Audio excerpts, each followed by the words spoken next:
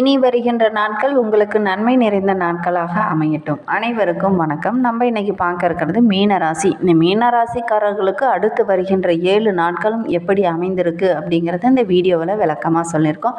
நிச்சயமாக இந்த வீடியோ உங்களுக்கு பயனுள்ளதாக தான் இருக்கும். அதனால் வீடியோவை கடைசி வரைக்கும் பாருங்கள். நீங்கள் இப்போ தான் ஃபஸ்ட் டைமாக நம்ம சேனலை பார்க்குறதா இருந்தால் நம்ம சேனலை சப்ஸ்கிரைப் பண்ணிக்கோங்க. மீன ராசி காலச்சக்கரத்தில் கடைசி ராசி. இந்த ராசிக்காரங்களுக்கு 2 படை ராசி அப்படின்னு சொல்லுவாங்க. 2 2ஆக கொடுக்கும் தன்மை உடைய ராசினா இந்த மீன ராசியை அன்பர்களை சொல்லலாம்.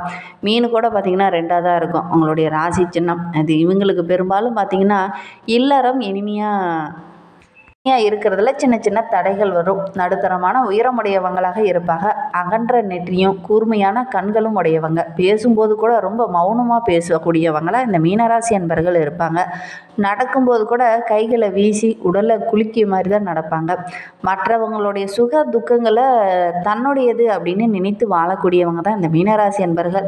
ரகசியம் மறைக்க தெரியாது, எல்லாத்தையும் வெளிப்படையாக பேசக்கூடியவங்க. சமயத்திற்கு தகுந்தாற் போல மாறக்கூடிய குணம் உடைத்த ஒரு நபராக இந்த மீனராசி அன்பர்கள் இருப்பாங்க.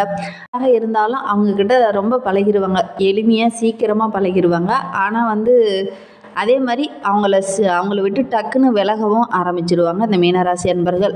பயந்த சுபாவம் கொஞ்சம் உங்களுக்கு இருக்கும். நம்பி எந்த ஒரு காரியத்திலும் இறங்கினாலும் சின்ன சின்ன பிரச்சனைகள்லாம் மாட்டிக்கொள்ளக்கூடிய ஒரு சூழ்நிலை அமைந்துடும். அதனால் இவங்களை பார்த்திங்கன்னா தனக்குத்தானே தீமை செய்து கொள்வதில் ரொம்ப வல்லவர்கள் அப்படின்னே சொல்லலாம். ஏன்னா வீண் விவகாரங்களில் தேவையில்லாமல் நுழைந்து வம்ப விலைக்கு வாங்கக்கூடியவங்க. ஏன்னா தேவையில்லாத பிரச்சனையில் அடிக்கடி போய் மாற்றிக்குவாங்க. அவங்க பிரச்சனையை நம்ம சரி பண்ணுறோம் அப்படின்னு போய் இவங்களே அந்த பிரச்சனையில் மாட்டிக்கொள்ளக்கூடியவங்கள இந்த மீனராசி அன்பர்கள் இருப்பாங்க. இவங்க இருக்கிற இடத்துல கூட அடிக்கடி பார்த்திங்கன்னா குடியிருப்பை கூட அடிக்கடி மாற்றிக்கிட்டே இருப்பாங்க. பேச்சாற்றல் இவங்களுக்கு சிறப்பாக இருக்கும். இருந்தாலும் இடமறிந்து பேசும்போது கொஞ்சம் கவனமாக பேச மாட்டாங்க. கொஞ்சம் கவனக்குறைவாக பேசிடுவாங்க. அதனால் சின்ன சின்ன பிரச்சனைகளை சந்திக்க வேண்டிய ஒரு சூழ்நிலை பெரும்பாலும் இந்த மீனராசி அன்பர்களுக்கு அமையும். சரி, இவங்களுக்கு அடுத்து வருகின்ற 7 நாட்களும் கிரகநிலை எப்படி அமைந்திருக்கு, வருகின்ற நாட்கள் இவங்களுக்கு யோகமான நாட்களாக அமைந்திருக்கா அப்படிங்கிறத பார்க்கலாம் வாங்க. நீங்கள் இப்போ தான் ஃபஸ்ட் டைமாக நம்ம சேனலை பார்க்குறதா இருந்தால் நம்ம சேனலை சப்ஸ்கிரைப் பண்ணிக்கோங்க. நீங்கள் மீன ராசி அப்படின்னா நம்ம சேனலுக்கு ஒரு லைக் கொடுத்துக்கோங்க. உங்களுக்கு ஜோதிட ரீதியாக ஏதாவது சந்தேகம் இருக்குது அப்படின்னா டிஸ்கிரிப்ஷனில் நம்பர் கொடுத்துருக்கேன். அந்த நம்பருக்கு கான்டாக்ட் பண்ணி முன்பதிவு செய்துக்கோங்க. உங்களுடைய சந்தேகங்களுக்கு நல்ல ஒரு தீர்வு கிடைக்கும். சூரியன் 12ஆம் இடத்துல அமர்ந்திருக்கிறார். அரசாங்க சம்பந்தமான வேலையில் இருக்கிறவங்களுக்கு நல்ல ஒரு லாபகரமான காலகட்டமாக இது அமைந்திருக்கு அப்படின்னே சொல்லலாம். வெளியில் தொல்லை கொஞ்சம் அதிகமாக இருந்தாலும் வீட்டில் கொஞ்சம் அமைதியான காலகட்டம் இந்த மீனராசி என்பவர்களுக்கு வருகின்ற 7 நாட்களும் உங்களுக்கு அமைந்திருக்கு அப்படின்னே சொல்லலாம். செவ்வாய் பகவான் 4ஆம் வீட்டில் அமர்ந்திருக்கிறார். ஆன்லைன் வியாபாரம், ஆன்லைன் பிஸ்னஸ் செய்கிறவங்களுக்கெல்லாம் நல்ல ஒரு லாபகரமான நாட்களாக வருகின்ற நாட்கள் அமைந்திருக்கு அப்படின்னே சொல்லலாம். நிலம் வாங்கி விற்கிறது, அதே மாதிரி ரியல் எஸ்டேட் பிஸ்னஸ் செய்கிறவங்களுக்கெல்லாம் ரொம்ப யோகமான காலகட்டம். அதிலெல்லாம் இரட்டிப்பு லாபம் கிடைக்கக்கூடிய யோகமெல்லாம் இருக்குது. புதன் 12ஆம் வீட்டில் இருக்கிறார். மனைவி, மக்கள், இந்த பிரச்சனை எல்லாமே சரியாகி ரொம்ப சந்தோஷமான காலகட்டமாக வருகின்ற நாட்கள் நம்மளுடைய மீனராசி என்பவர்களுக்கு அமைந்திருக்கு அப்படின்னே சொல்லலாம். ஒரு சிலரெல்லாம் அந்த பழைய வீட்டை மாற்றிட்டு புதிய வீடு கட்டி குடியேறுவதற்கான யோகமெல்லாம் இருக்குது. அதில் பார்த்திங்கன்னா ஒரு தீயவரோட நட்பு கிடைக்கும். அதில் உங்களுடைய மனதை ஈடுபடுத்திக்காதீங்க. கொஞ்சம் கவனமாக இருந்துக்கோங்க.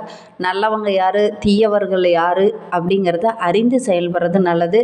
இந்த டைமு நீங்கள் சிறுபிள்ளைத்தனமாக ஏதாவது செஞ்சீங்க அப்படின்னா அது உங்களுக்கு பிரச்சனையாக முடியக்கூடிய சூழ்நிலையெல்லாம் அமைந்துடும். அதனால் முடிந்த அளவுக்கு கொஞ்சம் கவனமாக இருங்க. தீய பழக்கம் அப்படின்னா அதை விட்டு விலகி வெளியில் வர்றது ரொம்பவும் நல்லது.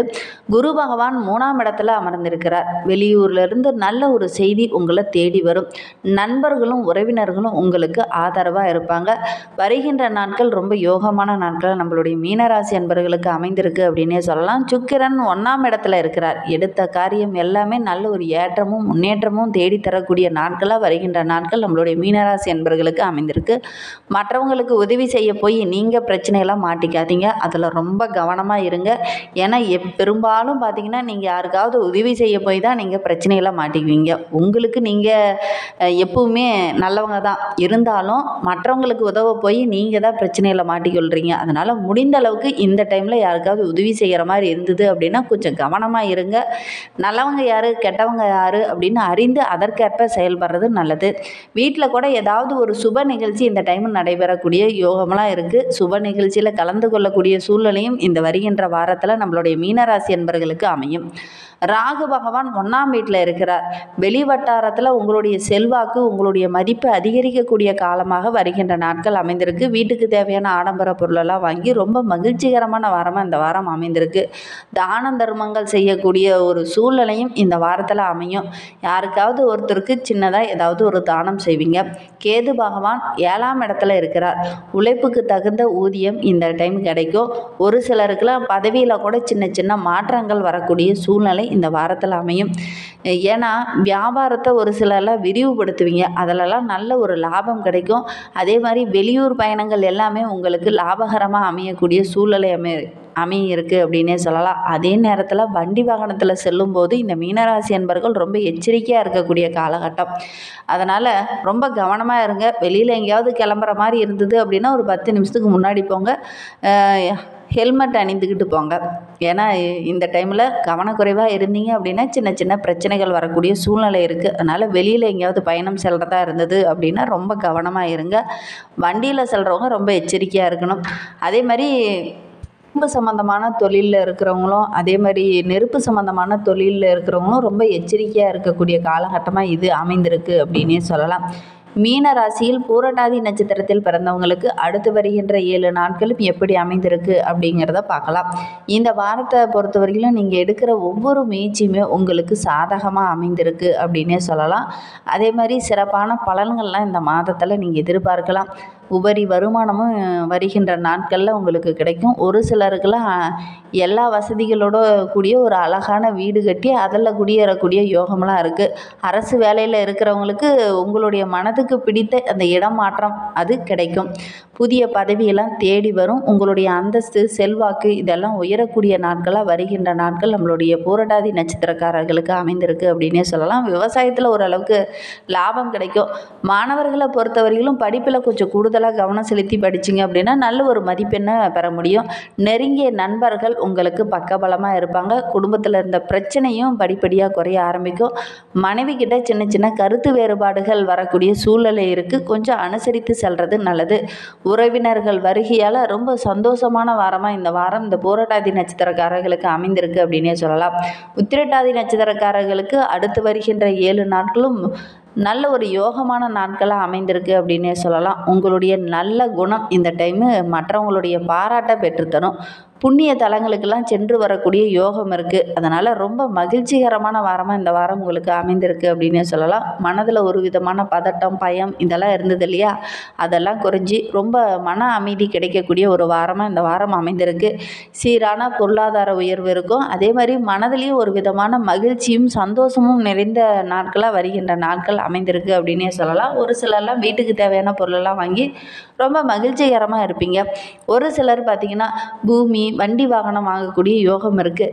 எதிர்காலத்தை கருத்தில் கொண்டு சொந்த பந்தங்கக்கிட்ட பார்த்திங்கன்னா ஒற்றுமையாக ஒருவருக்கொருவர் மனம் விட்டு பேசுவீங்க. அது உங்களுக்கு மகிழ்ச்சியை தேடித்தரும். நண்பர்களும் உறவினர்களும் உங்களுக்கு பக்கபலமாக இருப்பாங்க. அவங்கக்கிட்ட வீண் வாக்குவாதம் இந்த டைம் செய்கிறத கொஞ்சம் தவிர்க்கிறது நல்லது.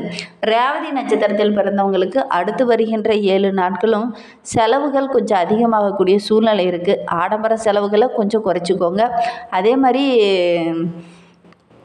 பணம் ஒரு இடத்துல போய் முடங்கக்கூடிய சூழ்நிலையும் இருக்குது. யாருக்காவது பணம் கொடுக்குற மாதிரி அல்லது வாங்குற மாதிரி இருந்தது அப்படின்னா கொஞ்சம் கவனமாக இருந்துக்கோங்க. கரெக்டாக கொடுக்குறவங்களா இருக்காங்களா அப்படின்னு பார்த்து நீங்கள் கொடுக்கறது நல்லது. நேர்மையும் கடினமான உழைப்புக்கும் நல்ல ஒரு முன்னேற்றம் நிறைந்த நாட்களாக வருகின்ற நாட்கள் உங்களுக்கு அமைந்திருக்கு அப்படின்னே சொல்லலாம்.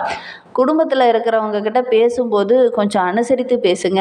இல்லை அப்படின்னா சின்ன சின்ன வாக்குவாதங்கள் வரக்கூடிய சூழ்நிலை இருக்குது. அதனால் கொஞ்சம் விட்டு கொடுத்து அனுசரித்து பேசுகிறது நல்லது. உங்களுடைய அனுபவ அறிவு இந்த டைமு உங்களுக்கு கரெக்டான டைமில் உதவிகரமாக இருக்கும் அப்படின்னே சொல்லலாம். பூமி, வீடு வாங்கக்கூடிய யோகமெல்லாம் இருக்குது. ஒரு சிலருக்கு வீண் விரயம் ஏற்படக்கூடிய சூழ்நிலையும் இருக்குது. கொஞ்சம் கவனமாக இருக்கிறது நல்லது.